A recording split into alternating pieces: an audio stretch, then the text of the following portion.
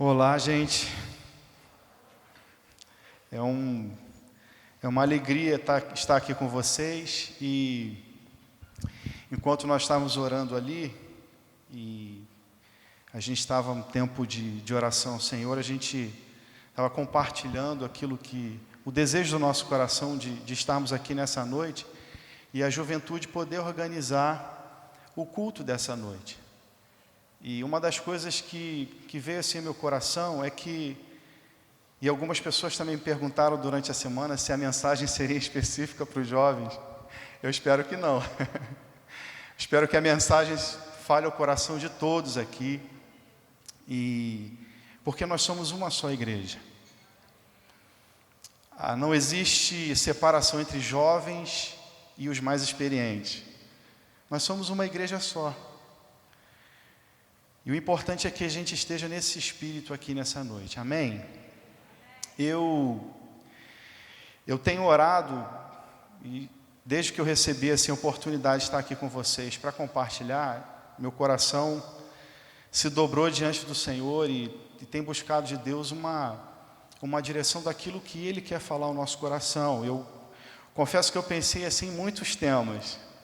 Pensei em falar sobre as células, pensei em falar sobre os valores da igreja, pensei em falar sobre a missão da igreja, pensei em falar pensei mesmo em falar algo específico para os jovens, mas o meu coração foi sendo inclinado por Deus a uma palavra, e é uma mesma palavra que Deus já tem tocado no meu coração assim há bastante tempo. E eu tenho certeza que hoje eu vou compartilhar e essa palavra ainda vai continuar trazendo coisas novas ao meu coração. E esse texto tem batido no meu coração e eu também tenho percebido nas nossas orações aqui, na campanha de jejum e oração que a gente está fazendo, que o Espírito Santo está conduzindo o nosso coração para uma direção, sabe? E eu tenho percebido que muitas pessoas aqui na igreja, e eu me incluo nisso, muitas pessoas, nós estamos vivendo lutas de diversas naturezas. Alguns estão vivendo lutas familiares, pais e filhos. Outros estão vivendo lutas pessoais, um desânimo que não se compreende o motivo, e uma tristeza que às vezes leva a uma depressão. Lutas no casamento, lutas nas finanças, lutas no trabalho, enfim. Tenho percebido que nós estamos vivendo um tempo de luta. E o que veio ao meu coração é compartilhar para vocês o seguinte tema: as lutas da caminhada e o poder para a vitória. E eu quero pedir para você abrir sua Bíblia em Lucas capítulo 24.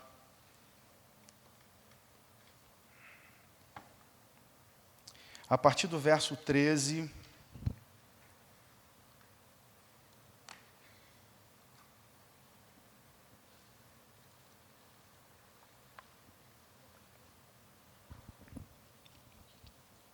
Diz assim: naquele mesmo dia, 2 deles estavam indo para um povoado chamado Emaús, a 11 quilômetros de Jerusalém. No caminho, conversavam a respeito de tudo o que havia acontecido. E enquanto conversavam e discutiam, o próprio Jesus se aproximou e começou a caminhar com eles. Mas os olhos deles foram impedidos de reconhecê-lo. Ele lhes perguntou: sobre o que vocês estão discutindo enquanto caminham? Eles pararam com os rostos entristecidos. Um deles, chamado Cleopas, perguntou-lhe: você é o único visitante em Jerusalém que não sabe das coisas que ali aconteceram nesses dias? Que coisas? Perguntou Jesus. O que aconteceu com Jesus de Nazaré? Responderam eles. Ele era um profeta, poderoso em palavras e em obras diante de Deus e de todo o povo. Os chefes dos sacerdotes e as nossas autoridades o entregaram para ser condenado à morte e o crucificaram. E nós esperávamos que era ele que ia trazer a redenção a Israel. E hoje é o terceiro dia desde que tudo isso aconteceu. Algumas das mulheres entre nós nos deram um susto hoje. Foram de manhã bem cedo ao sepulcro e não acharam o corpo dele. Voltaram e nos contaram ter tido uma visão de anjos que disseram que ele está vivo. Alguns dos nossos companheiros foram ao sepulcro e encontraram tudo exatamente como as mulheres tinham dito, mas não o viram. Ele lhes disse: como vocês custam a entender e como demoram a crer em tudo que os profetas falaram. Não devia o Cristo sofrer estas coisas para entrar na sua glória? E começando por Moisés e todos os profetas, explicou-lhes o que constava a respeito dele em todas as Escrituras. Ao se aproximarem do povoado para o qual estavam indo, Jesus fez como quem ia mais adiante. Mas eles insistiram muito com ele: fique conosco, pois a noite já vem, o dia já está quase findando. Então ele entrou para ficar com eles. Quando estava à mesa com eles, tomou o pão, deu graças, partiu e o deu a eles. Então os olhos deles foram abertos e o reconheceram, e ele desapareceu da vista deles. Perguntaram-se um ao outro: não estava queimando o nosso coração enquanto ele nos falava no caminho e nos expunha as Escrituras? Levantaram-se e voltaram imediatamente para Jerusalém. Ali encontraram os 11 e os que estavam com eles reunidos, que diziam: é verdade, o Senhor ressuscitou e apareceu a Simão. Então os dois contaram o que tinha acontecido no caminho e como Jesus fora reconhecido por eles quando partia o pão. Vamos orar? Pai Santo, que o Teu nome seja glorificado nessa noite. Que o nome de Jesus aqui seja engrandecido. Que o Senhor encontre em nosso coração aqui espaço para a gente receber aquilo de tão precioso que é a Tua palavra. Que o Espírito Santo comunique com clareza o coração de cada um que está aqui e da forma como o Senhor quiser e sabe fazer. Em nome de Jesus. Amém. Amém. Essa passagem narra um momento assim muito decisivo para a história da humanidade e em especial para a vida desses dois discípulos. Esses dois discípulos haviam caminhado com Jesus muito provavelmente em torno de 3 a 5 anos, no período que Jesus começa o seu ministério, e viu Jesus realizar coisas impressionantes. Eles viram a multiplicação lá dos pães, dos peixes, viram morto ressuscitar, endemoniado sendo liberto. Esses dois discípulos viram Jesus realizar obras impressionantes. E, obviamente, Jesus era para eles aquele Messias tão aguardado, tão esperado, tão desejado. Até que chega um momento em que esse Messias morre. E a morte de Jesus trouxe um impacto muito grande na vida desses dois discípulos. Gerou frustração, decepção e, naturalmente, uma série de conflitos e de lutas interiores. Eles estavam vivendo lutas, porque o Messias que eles esperavam havia morrido. A esperança única de salvação deles e de seu povo havia se apagado. O mestre, então, percebendo que esses dois discípulos estavam se distanciando, eles saíram de Jerusalém e caminham 11 quilômetros até a sua cidade natal. Jesus, percebendo então, aparece no meio do caminho dessa trajetória e começa a dialogar com eles. E, meus irmãos, talvez o diálogo mais lindo que existe na Escritura, porque Jesus reflete ali todo o amor, toda a graça, toda a beleza de um Deus que se importa com pessoas como a gente. No meio de tantas coisas que Jesus estava realizando e estava para fazer, após a sua ressurreição, Jesus iria até os céus. Jesus então vai preocupado com aquelas duas pessoas e começa a dialogar, porque sabe que aquelas pessoas estavam prestes a desistir do caminho que inicialmente haviam decidido realizar. O drama desses dois jovens é semelhante a muitas das nossas lutas hoje. E eu quero compartilhar algumas dessas lutas que eles viveram, que eu creio que vai falar ao nosso coração. A primeira luta é o que eu chamo de luta da fé. Verso 16 diz assim: mas os olhos deles foram impedidos de reconhecê-lo. Jesus estava ao lado deles, dialogando com eles, conversando com eles, e eles não perceberam que Jesus estava ali. Estavam entristecidos, tão abatidos, que eles nem perceberam que o Mestre havia ressuscitado e estava ao lado deles. O sentimento deles era um sentimento de desânimo, de frustração, mas esse diálogo começa a introduzir uma nova esperança no coração deles, mesmo sem eles perceberem isso. E como isso tem a ver com as nossas lutas de fé, porque vai existir um momento da nossa caminhada, ou momentos, em que Jesus vai parecer despercebido. Nós vamos estar vivendo lutas intensas e Jesus vai parecer desinteressado das nossas questões. E é difícil caminhar quando a gente ora, a gente clama, a gente fala com Deus e Ele parece não estar se importando com o que a gente está vivendo. Esses discípulos estavam se sentindo assim. E é possível que existam pessoas aqui essa noite que estejam se sentindo assim. Pessoas que estão esperando, tendo uma expectativa de que Deus há de realizar algo em suas vidas e têm orado fervorosamente e Deus não tem respondido essas orações. Paulo fala em Romanos capítulo 8, verso 24, pois nessa esperança fomos salvos. Mas esperança que se vê não é esperança. Quem espera por aquilo que está vendo? A fé desses dois discípulos foi abalada, porque eles não conseguiram mais ver e perceber Jesus diante das lutas deles.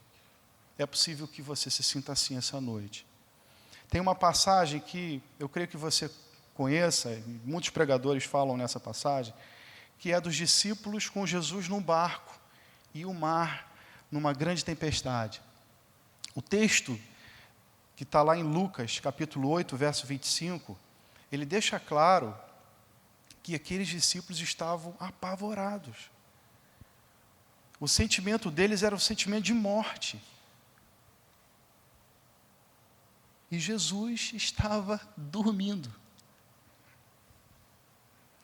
Meus irmãos, não era uma chuva corriqueira. Aliás, a gente que mora aqui na região oceânica, a gente sabe um pouco desse drama quando há uma chuva muito forte, né?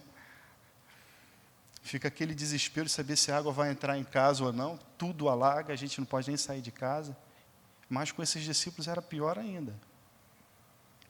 Porque estavam correndo risco de morte. E Jesus estava ali dormindo. Jesus, então, o texto fala, onde está a sua fé? Perguntou ele aos seus discípulos. Amedrontados e admirados, eles perguntam uns aos outros, quem é esse homem, que até os ventos e as águas dá ordens e eles lhe obedecem? Jesus parece estar desinteressado, mas nada foge ao controle das mãos do Senhor. Pode haver alguma situação na sua vida hoje que pareça estar fora do controle, que pareça que você está orando, aguardando Deus fazer alguma coisa e Deus não te responde. Você parece não estar vendo Jesus ao seu lado, mas Jesus está do seu lado. Verso 15 diz, enquanto conversavam e discutiam, o próprio Jesus se aproximou e começou a caminhar com eles. A nossa fé precisa ser uma fé que nos leva a uma visão além das circunstâncias. Porque o nosso Deus é maior do que qualquer circunstância difícil.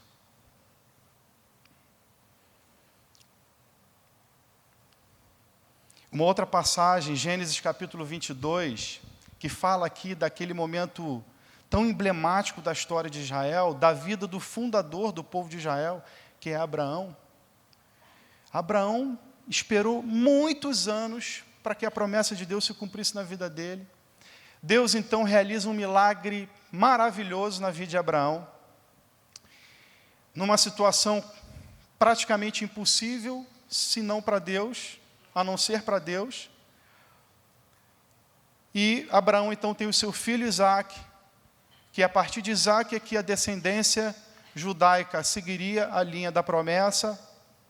Deus vira para Abraão, então, após Isaque crescer, vira: leva o teu filho e sacrifique ele. Gênesis 22, verso 2. Tome seu filho, seu único filho Isaque, a quem você ama, e vá para a região de Moriá. Sacrifique-o ali como holocausto, num dos montes que lhe indicarei. Meus irmãos, que sentido tem Deus pedir o sacrifício de Isaque?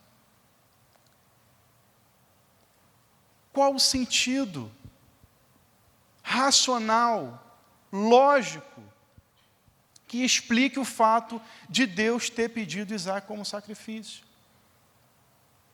Como que Deus dá uma promessa e Ele tira essa promessa? Não faz nenhum sentido.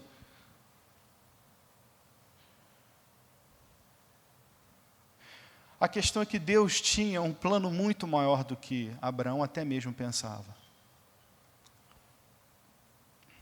E o que acontece? Deus, no momento em que ia acontecer o sacrifício, Ele manda Abraão parar. E provê um cordeiro no lugar do filho dele. Jesus jamais nos deixa só. A nossa fé, ela não é uma fé irracional. A nossa fé, ela tem lógica, ela tem fundamento. Você compreende as doutrinas, você entende as doutrinas. Mas a nossa fé, ela tem uma dimensão que ela vai para além do racional. Ela é supra-racional, porque Deus, em algum momento, vai permitir a gente viver situações que não têm nenhum sentido, a não ser pela fé. E aí a gente vai precisar exercitar o que Paulo falou. Esperança que se vê não é esperança. Quem espera por aquilo que está vendo? A fé vai despertar em nós uma confiança plena e absoluta no caráter fiel de Deus, pelo simples fato de que Ele falou, Ele vai cumprir. Mesmo que todas as circunstâncias ao nosso redor falhem ao contrário. Nós devemos crer que, de alguma forma, Deus vai ressuscitar aquilo que havia se perdido. Essa era a fé de Abraão. Abraão, quando leva o seu filho, Abraão fala para Isaque: calma, meu filho, Deus há de prover um cordeiro para si. Porque Abraão sabia que mesmo se Deus de fato sacrificasse Isaque, Deus era poderoso para ressuscitar ele.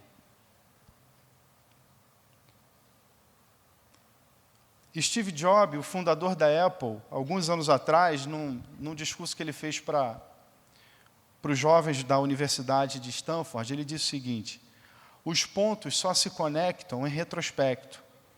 Por isso é preciso confiar em que estarão conectados no futuro. É preciso confiar em algo.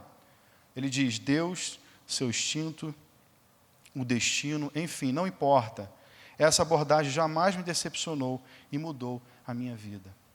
A história dele é muito interessante, porque no início da vida profissional dele, ele queria fazer faculdade e ele não tinha recurso, porque ele vinha de uma família muito simples.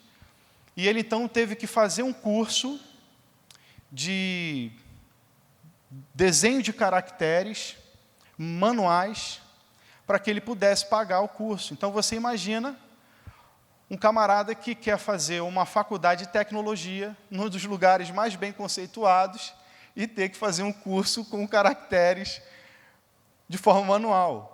Aquilo não fazia nenhum sentido para ele, mas ele teve que fazer, porque ele precisava pagar a faculdade. Ele fez aquele curso e ele entendia que, de alguma forma, aquilo ia fazer sentido lá na frente. E o que acontece? Acontece que, anos depois, quando a Apple é fundada, ela é fundada com um conceito visual. E aquele conceito visual foi estabelecido com forte influência daquele curso que ele tinha feito. E ele falou, eu jamais teria tido a percepção estética dos produtos que a Apple produz se eu não tivesse participado daquele curso. Há coisas que Deus pode estar pedindo na sua vida exatamente hoje que não faz nenhum sentido. Obedeça. Obedeça porque Ele é fiel. E em algum momento Ele vai conectar esses pontos na sua vida. Basta que você creia naquilo que Ele pode fazer e no caráter fiel dEle. A segunda luta, que eu chamo aqui, é a luta das dúvidas e conflitos interiores. No verso 18 diz assim, de Lucas 24, você é o único visitante em Jerusalém que não sabe das coisas que ali aconteceram nesses dias. Jesus tinha perguntado o que eles estavam conversando, e, óbvio, Jesus sabia. Mas Jesus, de forma provocante, ele pergunta porque ele queria aprofundar, ele queria saber o que estava por trás daquela crise, daquele conflito. E aqueles 2 discípulos estavam lutando, porque não fazia sentido a morte de Cristo, eles não queriam aceitar que o Messias que eles estavam esperando há tanto tempo, que finalmente tinha chegado, morreu.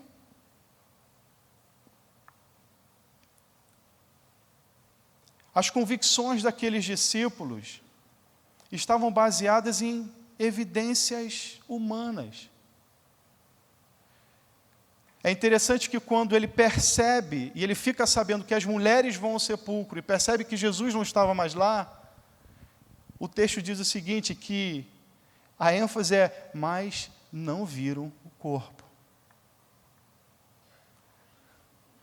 Eles sabiam que alguma coisa tinha acontecido, mas eles não tinham visto o corpo de Jesus ainda. Nossa fé não pode, não deve estar baseada apenas em evidências humanas. As nossas convicções precisam ser alimentadas pela presença do Espírito Santo em nossas vidas. Sem o Espírito Santo, nossa fé não tem vigor. William Craig, que é um renomado apologeta da fé cristã, que participa de muitos debates no mundo com ateus, ele diz o seguinte, a dúvida nunca é simplesmente um problema intelectual. Sempre há uma dimensão espiritual para ela. A fé que se fundamenta apenas nas evidências, o máximo que ela pode chegar é no sepulcro vazio. Se você está tendo dúvidas dilacerantes da fé, meu irmão, estuda sim a palavra de Deus, pesquisa, mas você só vai encontrar a resposta a partir do testemunho do Espírito Santo em seu coração. Se você estiver vivendo uma crise, uma luta interior, meu irmão, busque a presença do Espírito Santo. Porque por mais que você estude, é o Espírito Santo quem vai trazer a iluminação no seu coração, para você perceber o que de fato você precisa crer. A fé que se fundamenta nesse testemunho, experimenta o poder da ressurreição. Craig continua dizendo, é necessário entender o correto relacionamento entre fé e razão. A maneira como eu sei que o cristianismo é verdadeiro é, antes de tudo, na base do testemunho do Espírito Santo no meu coração. E isso me dá uma maneira autêntica de saber que o cristianismo é verdadeiro a parte das evidências. Nossa fé precisa estar fundamentada no testemunho do Espírito Santo. Nossas doutrinas precisam estar fundamentadas no testemunho do Espírito Santo. Senão nós vamos viver uma doutrina, nós não vamos viver a doutrina, Nós vamos saber que elas existem, mas não vamos viver. Elas não vão estar vivas dentro de nós, pulsando, nos movendo à ação. Você pode estar, nesse momento, vivendo a dor da renúncia, a dor do silêncio de Deus. Você pode estar vivendo aqui dúvidas e conflitos de fé dilacerantes e se questionando o porquê de muitas coisas. Meu irmão, só o Espírito Santo pode te responder. Então, continue orando. Continue buscando a presença de Deus. Ele vai fazer. A terceira luta que eu quero compartilhar, que eu chamo de a luta da expectativa e do tempo. Verso 21 diz: e nós esperávamos que era Ele que ia trazer redenção a Israel. Os discípulos estavam inconsoláveis, porque eles tinham uma expectativa de que aquele Messias ia mudar não apenas a vida espiritual deles, mas ia mudar também todo o contexto social, político. Eles estavam com a expectativa de que Jesus ia trazer um reino terreno e que por meio de influência política, de um poder humano, Jesus ia estabelecer o reino dele naquela terra. Jesus veio com outra proposta completamente diferente. Jesus veio com um reino invisível. E isso trouxe, obviamente, crise na vida daqueles dois discípulos, porque eles tinham uma expectativa, e a expectativa deles acerca do plano de Deus para a vida deles era uma expectativa limitada e equivocada. Como a gente se frustra, porque a gente cria expectativa errada que não é fundamentada na vontade de Deus. O apóstolo Paulo diz que existem algumas coisas que são lícitas, mas nem tudo convém.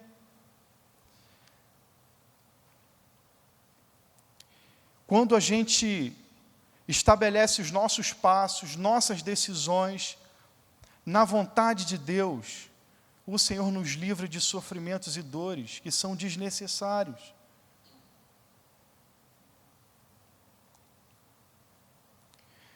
E aí isso me faz lembrar de um momento da minha vida, um momento que eu estava solteiro, e você sabe como é, né?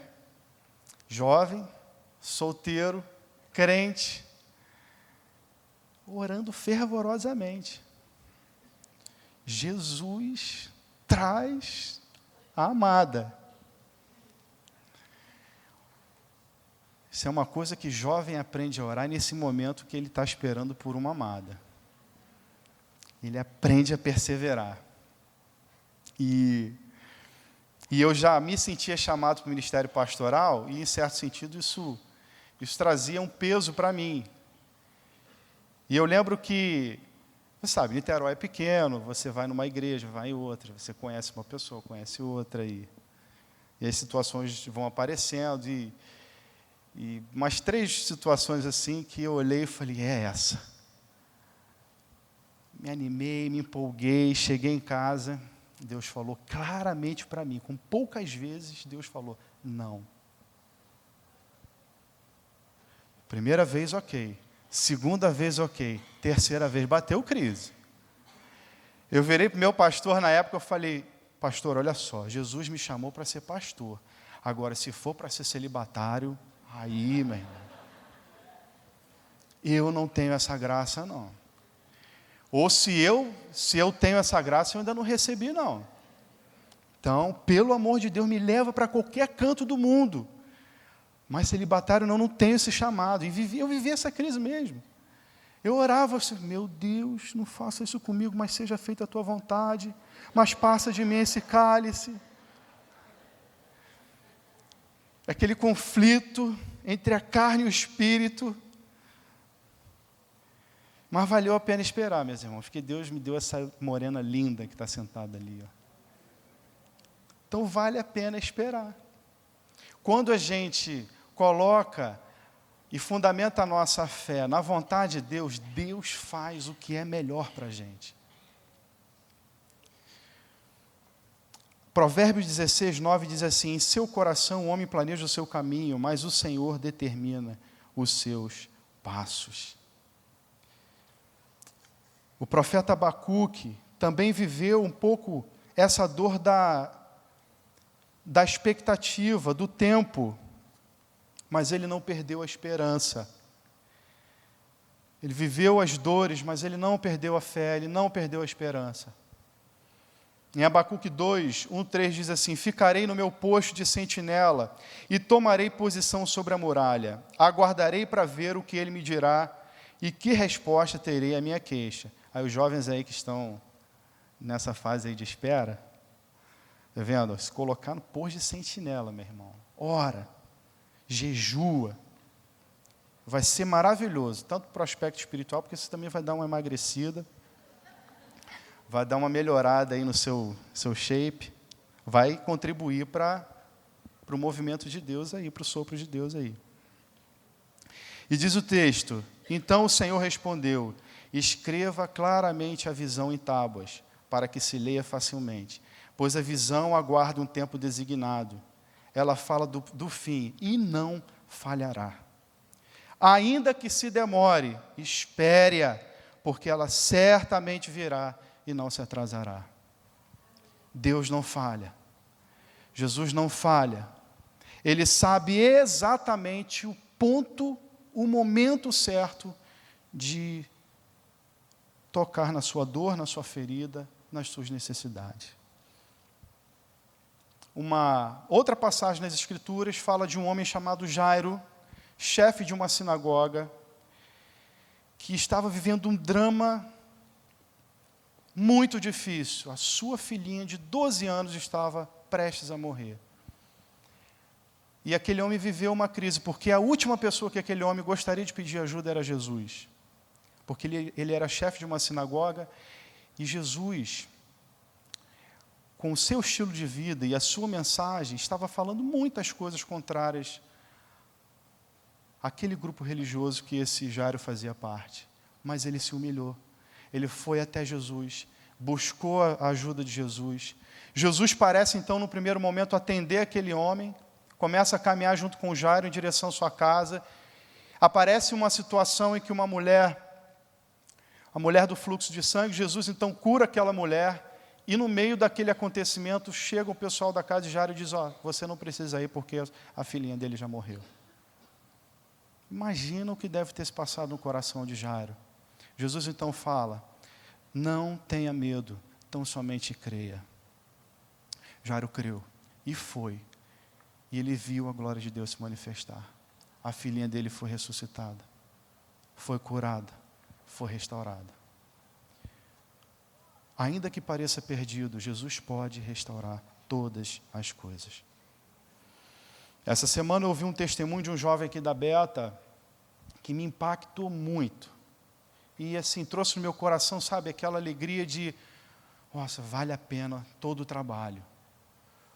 Ele, um jovem criado no Evangelho, criado na igreja, filho de pastor, se afasta de Deus, de sua família, vive uma vida completamente distante de Deus, se envolve com drogas, se envolve com prostituição, e tem no momento que ele tem uma crise, e muito difícil, que ele quase perde os sentidos, ele lembrou de Deus.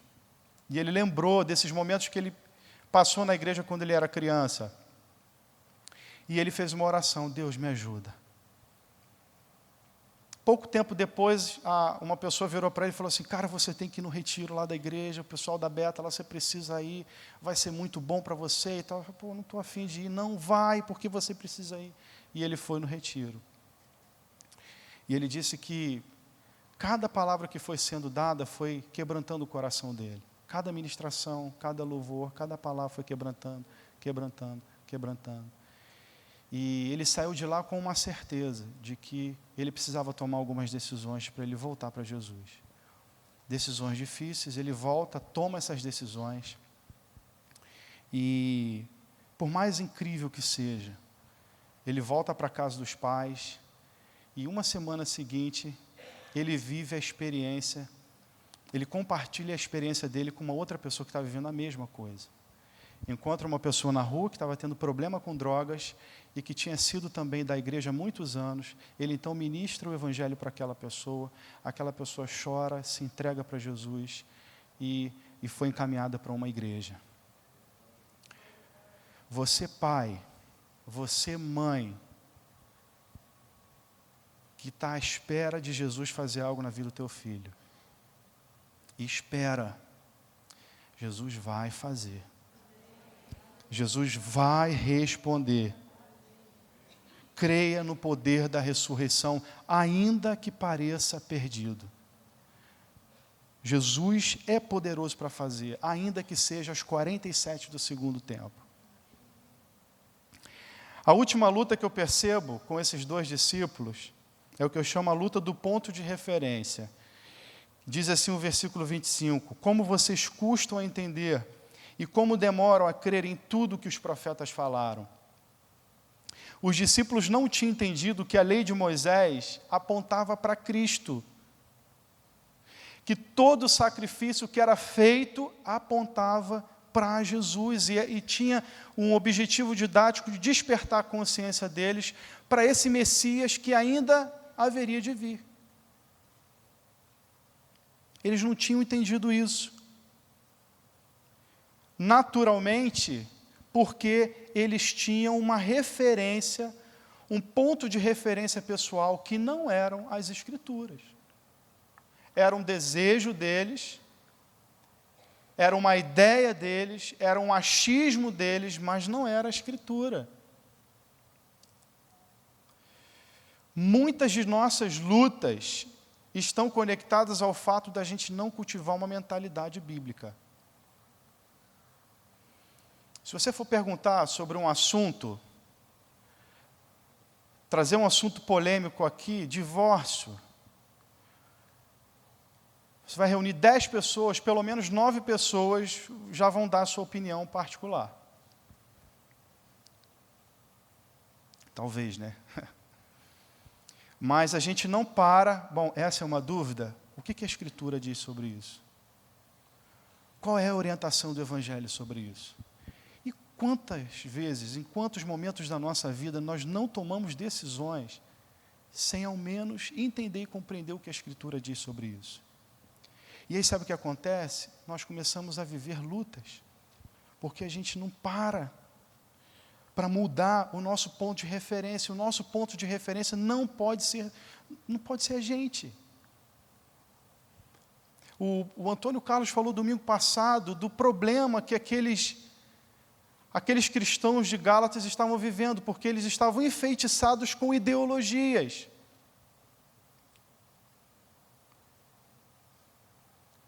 Achismos, ideias. Nós estamos vivendo num tempo hoje que os valores cristãos, os princípios cristãos estão ficando arcaicos no pensamento de muitos, principalmente das pessoas contemporâneas.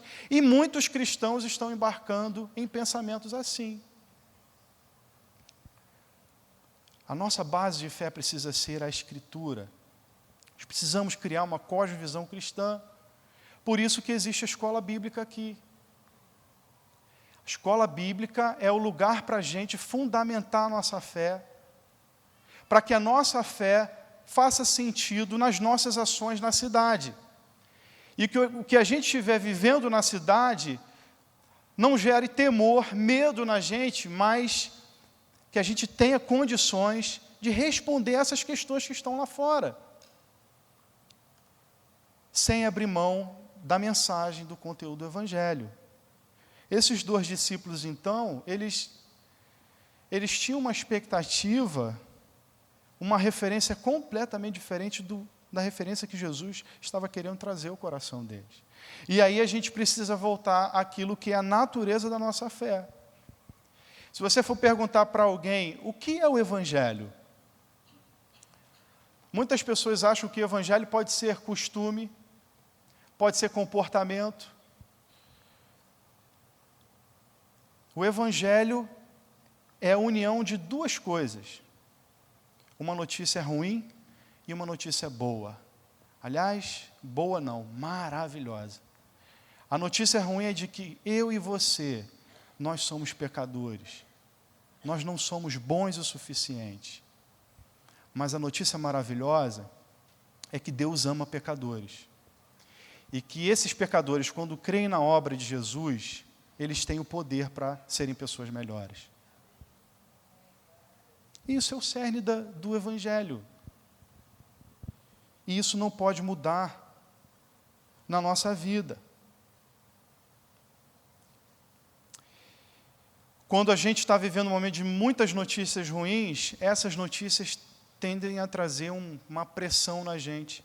E aí a gente começa a negociar até mesmo aquilo que a gente crê. Ou começa a mexer na gente um pensamento equivocado acerca daquilo que é o que o Evangelho diz. Momento de muita dor, momento de crise, momento de luta, são esses os momentos que a gente precisa trazer à memória o que de fato traz esperança para a gente. E o que traz esperança para a gente é o Evangelho, é a palavra de Deus. Esses 2 discípulos estavam então conversando a Jesus. Jesus vira para ele: como vocês custam a entender? O que Jesus faz então com esses 2 discípulos? Ele pega as Escrituras e começa a falar. Jesus usa o ponto de referência da própria Escritura. E aí, aqueles 2 discípulos então começam a compreender o que Jesus estava querendo realizar na vida deles 2. Um jovem da Beta postou uma coisa no grupo da célula essa semana que também me impactou muito. Uma semana de muitas novidades. Glória a Deus por isso. Boas notícias. Essa pessoa colocou assim: hoje eu queria falar um pouco sobre Apocalipse 1, 17 e 18. Quando vi, caí aos seus pés como morto. Então ele colocou sua mão direita sobre mim e disse: não tenha medo. Eu sou o primeiro e o último. Sou aquele que vive. Estive morto, mas agora estou vivo para todo sempre. E tenho as chaves da morte e do Hades. Ela diz: quando li esse texto, me vi um pouco na figura de João. Pelo menos eu, quando me aproximo de Deus, fico perplexa com a grandeza dele. Vendo como nós somos pequenos, especialmente em comparação a ele, nós podemos começar a nos sentir um pouco insignificantes, às vezes. O que acho incrível sobre essa passagem é que logo em seguida de João cair no chão, Jesus encosta nele e o diz para não ter medo, pois ele vive. Mesmo nós sendo tão pequenos, não somos insignificantes para ele. Ele se preocupa conosco. Ele nos levanta quando caímos. Mesmo que nós não possamos sentir as mãos de Jesus sobre nós, temos a palavra e o Espírito Santo como selo da promessa. É muito importante nos lembrarmos disso sempre, e especialmente quando estamos vivendo tempos tão perversos, onde muitos acontecimentos tendem a nos levar para baixo. Acima de todo medo, acima de toda incerteza, nós sabemos que Jesus está vivo. Ele tem as chaves da morte e do inferno e nos salvou desse destino. Com tantas dificuldades que passamos e com tanto pecado que carregamos, mesmo assim Jesus é fiel de nos tirar o nosso medo por meio do amor e nos levar no caminho de santificação até a sua presença. Nosso ponto de referência precisa ser Jesus e as Escrituras, sempre. Verso 27 de Lucas: e começando por Moisés e todos os profetas, explicou-lhes o que constava a respeito dele em todas as Escrituras. Salmo 119, verso 105. A tua palavra é lâmpada que ilumina os meus passos e luz que clareia o meu caminho. Após todas essas lutas, esses discípulos aprenderam então que o poder para a vitória acontece quando nós convidamos Jesus para entrar em nossa casa espiritual. No verso 29 diz assim: mas eles insistiram muito com Jesus. Fique conosco, pois a noite já vem, o dia já está quase findando. Então ele entrou para ficar com eles. Meus irmãos, a fé cristã, ela é relacional, ela é afetiva. Ela precisa nos afetar interiormente. Se a nossa espiritualidade é uma espiritualidade apenas exterior, nós então estamos recebendo muito pouco daquilo que Deus pode dar. A nossa relação com Jesus, a nossa relação com o Espírito Santo é uma relação para nos preencher. e nos transformar de dentro para fora. E como é que a gente cultiva isso, meus irmãos? Orando, investindo tempo na presença de Deus, lendo as Escrituras, se alimentando de coisas santas, de afetos santos. E esses afetos vão sendo santificados. Eu li recentemente um artista dizendo que ele acorda 5 horas da manhã para ele fazer a meditação dele. Uma jornalista disse que ela acorda 4 horas da manhã para ela fazer a meditação dela, porque ela não pode seguir o dia dela sem estar ali naquele momento de esvaziamento, de meditação, segundo o pensamento dela. E nós cristãos? Como é que a gente pode sair de casa sem estar na presença de Jesus? Como é que a gente pode ir trabalhar sem que a gente não esteja sentindo Jesus tão perto? E claro, não quero falar para trazer peso a você, porque também não faz nenhum sentido você fazer porque tem que fazer. Se Jesus não é a maior alegria, o maior prazer da sua vida, então nós precisamos repensar a nossa espiritualidade, o nosso cristianismo. Enquanto nós não experimentamos a alegria plena de estarmos na presença de Deus, nossa fé é rasa, superficial. Esses discípulos perceberam isso e chamaram Jesus para dentro da casa deles. E se maravilharam com aquele momento que estavam com Jesus ali. Esse é o aspecto que eu chamo de individual, da gente buscar Jesus diariamente. Deus tem uma graça para nos dar diariamente. Jesus pode nos alimentar, nos fortalecer diariamente. Nossa vida espiritual não pode ser apenas nos cultos de domingo. Nossa espiritualidade, de fato, precisa ir para além do templo. Em nossas casas. No âmbito mais íntimo da nossa alma, do nosso coração. Eles aprenderam que o poder para a vitória também acontece quando a gente compartilha esse Jesus que a gente recebe individualmente com outras pessoas ao nosso redor. Verso 30 diz, quando estava à mesa com eles, tomou o pão, deu graças, partiu e o deu a eles. Eu sei que não está escrito isso aqui no texto, mas não parece uma célula isso? Pessoas reunidas numa casa onde o centro daquela conversa é Jesus e a palavra. A nossa espiritualidade, ela também não é só vertical, ela é também horizontal. Nós precisamos de relacionamento com os outros para nós crescermos.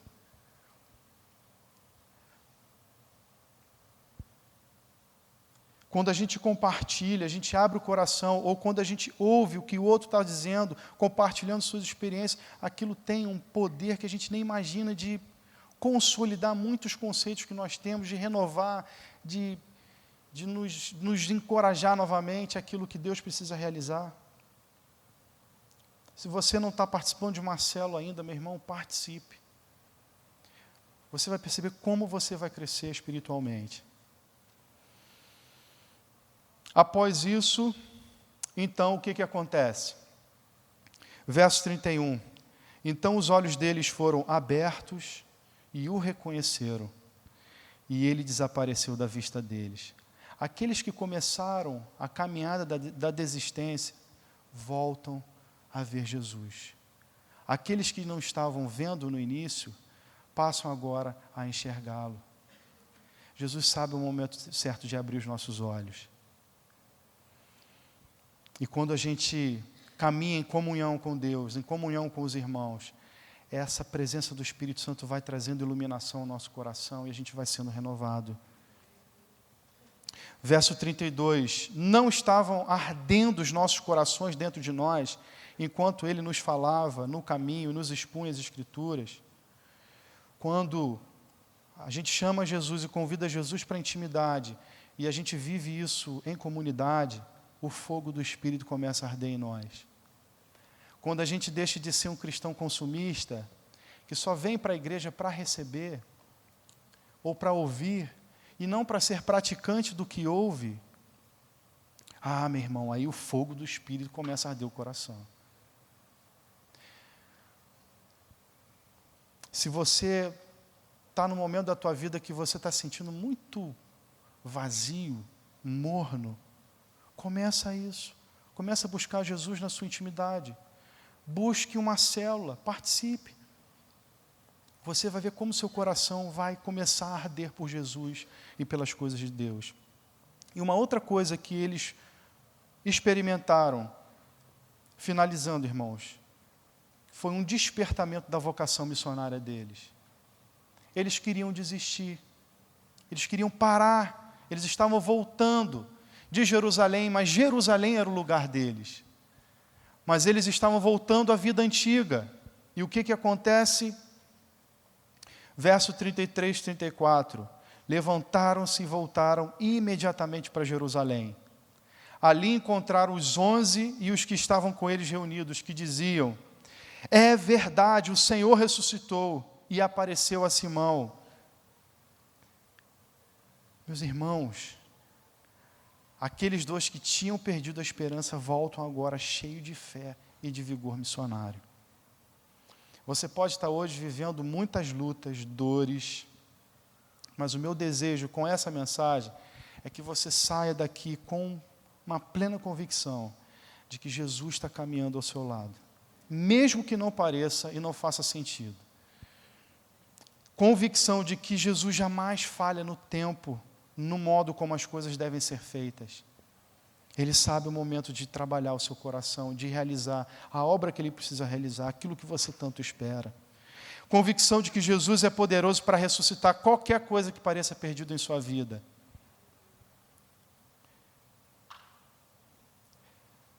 Eu ouvi uma vez uma pessoa falar assim para mim: esse aí não tem mais jeito não. Esse aí já era. E eu fico pensando o seguinte: quando eu olho para a minha vida, e eu falo, eu também não tinha jeito. Já era, se não fosse Jesus. Então, se Jesus fez na minha vida, pode fazer na vida de qualquer um. Então, a gente precisa sair com a convicção de que Jesus é poderoso para transpor muralhas que são humanamente intransponíveis. Para finalizar, o Espírito Santo, isso é um mistério. Quando a gente ora, o Espírito Santo age. E Ele faz coisas que faz num mistério, porque Ele não diz a hora como vai fazer, Ele faz do jeito dEle. E a gente tem a tendência de querer controlar a maneira como o Espírito Santo deve fazer. A gente só precisa crer e orar. Crer e orar, o Espírito Santo vai fazer. Você pode virar para uma pessoa e falar uma frase para essa pessoa, incentivar, encorajar, e você não tem o resultado daquela pessoa. Mas, meu irmão, para orar. Ora, fica um tempo orando por aquela pessoa. Depois vai e fale as mesmas palavras. Você vai ver que o efeito vai ser diferente. Eu vivi isso. Certa vez estava discipulando um jovem, e eu falando para ele, falei: meu irmão, não vai por esse caminho. E a gente conversava, falei: não vai por esse caminho, você vai se arrebentar, cara. Não vai. E o cara não dava ouvidos. Eu me ajoelhei, eu falei: Senhor, eu não tenho condições de resolver isso. E ao mesmo tempo estou vendo que isso vai acontecer. Se você não intervir, meus irmãos, passou uma semana, eu falei a mesma coisa. Eu orei, jejuei por ele, eu falei a mesma coisa, com as mesmas palavras. Ele começou a chorar. Então o Espírito Santo faz coisas que a nossa mente não tem condições de alcançar. Porque Ele pode fazer o impossível acontecer. Amém? Deus abençoe vocês.